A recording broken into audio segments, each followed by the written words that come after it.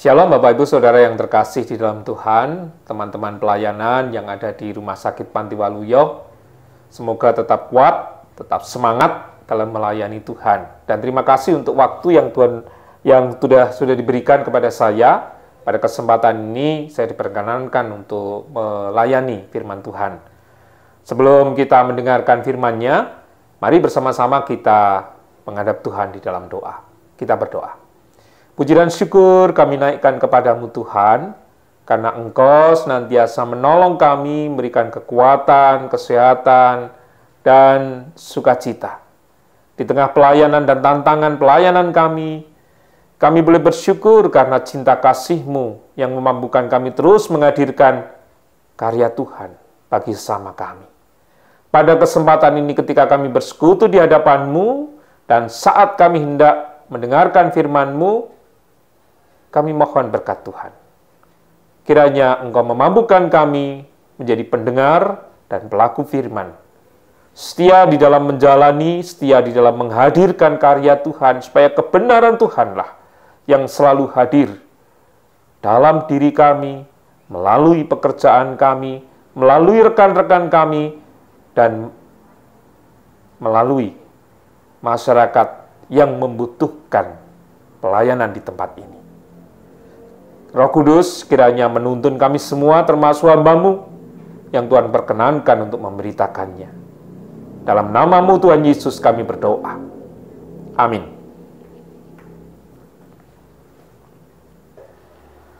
Bapak Ibu yang terkasih di dalam Tuhan, firman Tuhan yang kita akan dengarkan terambil dari Injil Yohanes pasalnya yang ke-8, ayatnya yang ke-34 sampai dengan 36. Injil Yohanes pasal yang ke-8 ayat 34 sampai 36. Kata Yesus kepada mereka, "Aku berkata kepadamu, sesungguhnya setiap orang yang berbuat dosa adalah hamba dosa. Dan hamba tidak tetap tinggal dalam rumah, tetapi anak tetap tinggal dalam rumah. Jadi apabila anak itu memerdekakan kamu, kamu pun benar-benar merdeka." Saudara yang terkasih di dalam Tuhan, kita merenungkan firman ini dengan tema dimerdekakan untuk memerdekakan. Dan tema ini memang biasanya muncul ketika kita memasuki bulan Agustus, bulan kebangsaan, bulan kemerdekaan Republik Indonesia. Dan itu juga mengingatkan kepada kita bagaimana kita sebagai orang percaya telah menghayati kemerdekaan itu. Baik kemerdekaan melalui bangsa kita maupun melalui karya Yesus Kristus.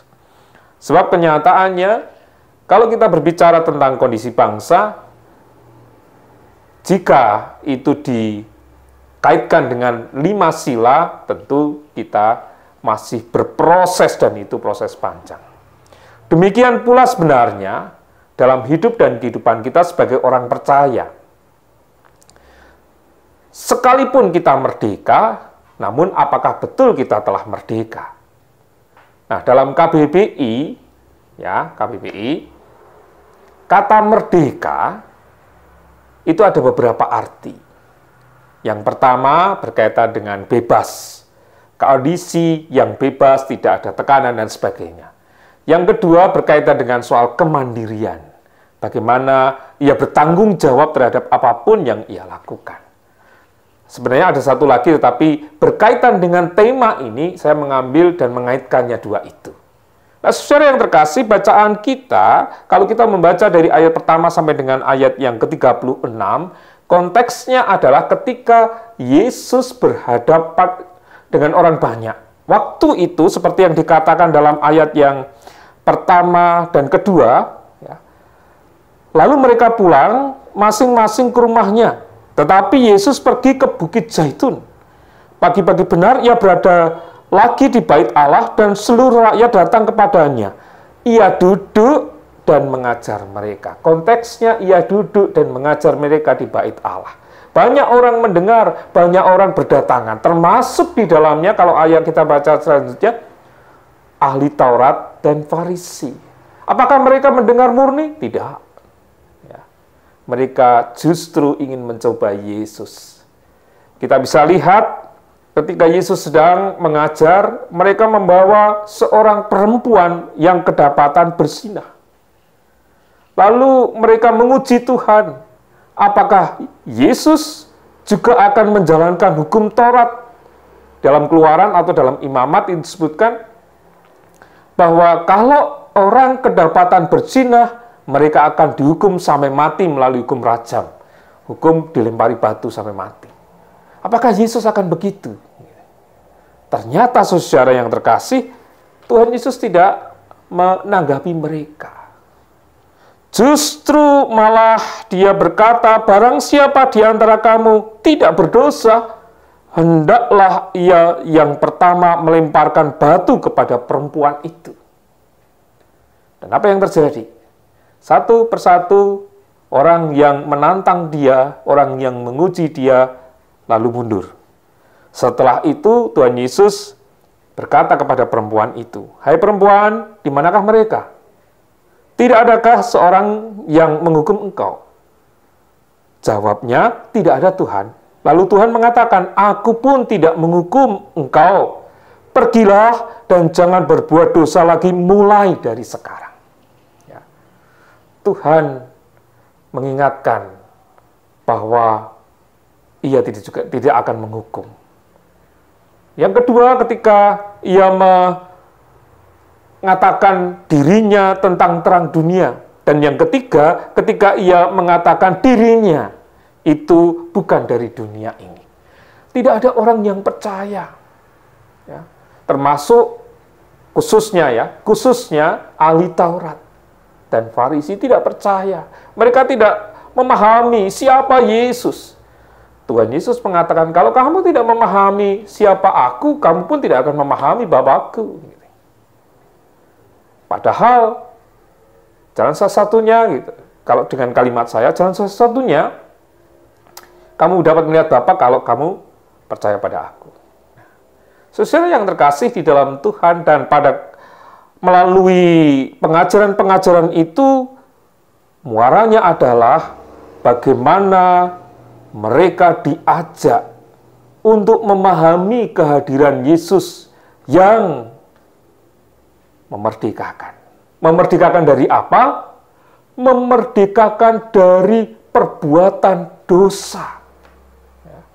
Perbuatan dosa. Dan itu sudah ditunjukkan Yesus ketika perempuan yang seharusnya dihukum secara Taurat tidak dilakukan oleh Yesus. Hanya dia bilang, jangan berbuat dosa lagi.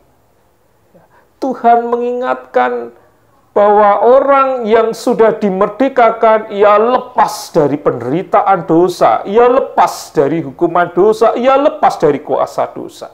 Seharusnya ia sudah merasakan aman, nyaman, tenang, damai, dan penuh syukur, kan? Demikian pula kita seharusnya demikian. Ketika iri, dengki, menjalani hidup hanya untuk keinginan daging dan sebagainya,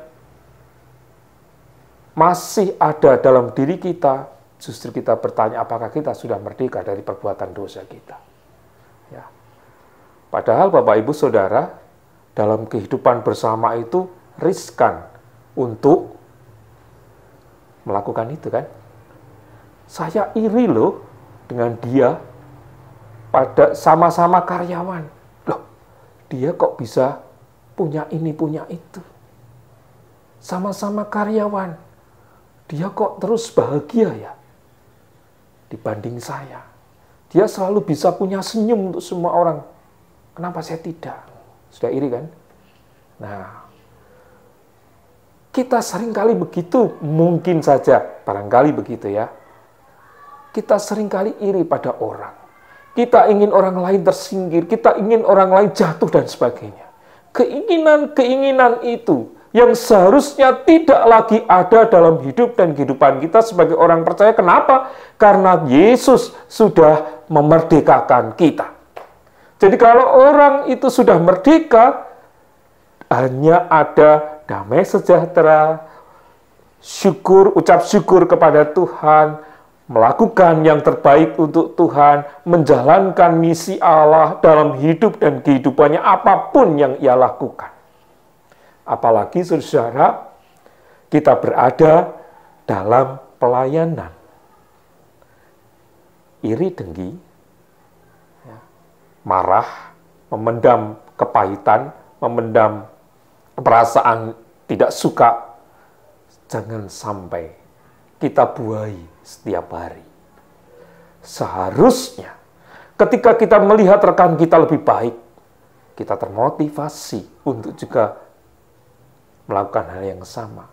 Ketika kita melihat rekan kita dapat melakukan ini itu, dapat tersenyum kepada semua orang, kita pun termotivasi untuk dapat melakukan hal yang sama. Bagaimana dengan tema tadi? Kalau kita memang sudah dimerdekakan, lalu memerdekakan, padahal kita belum bisa, tersenyum saja belum bisa. Ya, tentu tidak akan bisa. Syaratnya adalah, seperti yang dikatakan ayat 36. Jadi apabila anak itu memerdekakan kamu, kamu pun benar-benar merdeka. Terimalah Yesus Kristus sebagai juru selamat kalian. Sungguh-sungguh secara pribadi.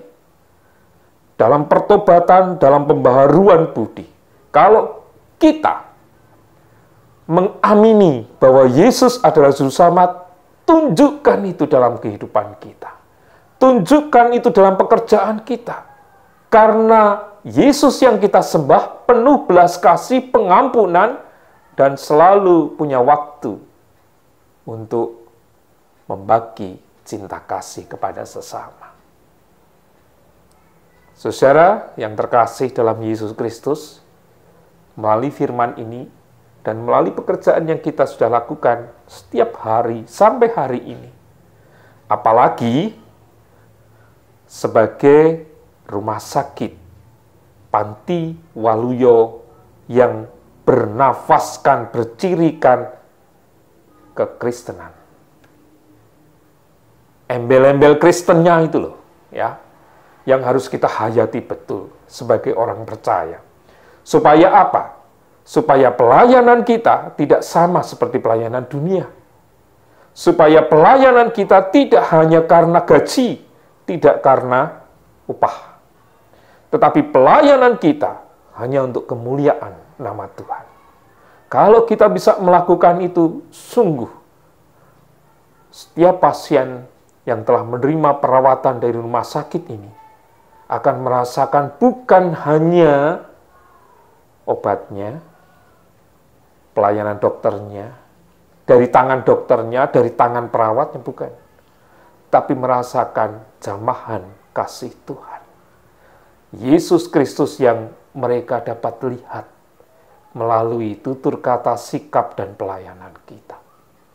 Oleh karena itu, kiranya kita dimampukan untuk sungguh-sungguh merasakan kemerdekaan agar kita dapat memerdekakan dengan pelayanan kita, dengan rekan sejawat kita, dengan masyarakat yang membutuhkan pelayanan kita.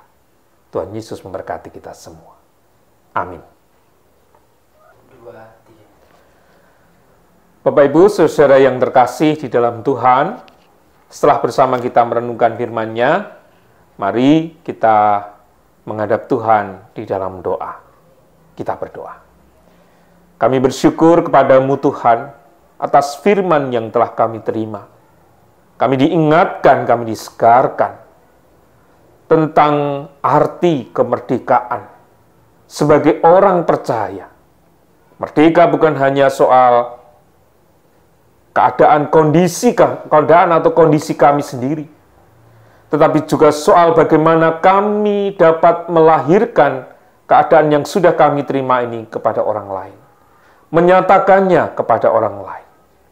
Dan kondisi yang telah kami terima adalah anugerah yang Tuhan berikan bagi kami, sehingga kami dimampukan untuk memberikannya kepada sesama kami. Kami berdoa bagi Bapak, Ibu, saudara-saudara yang bekerja di Panti Waluyo. Semua komponen yang ada, biarlah mampu mewujudkan cinta kasih Tuhan.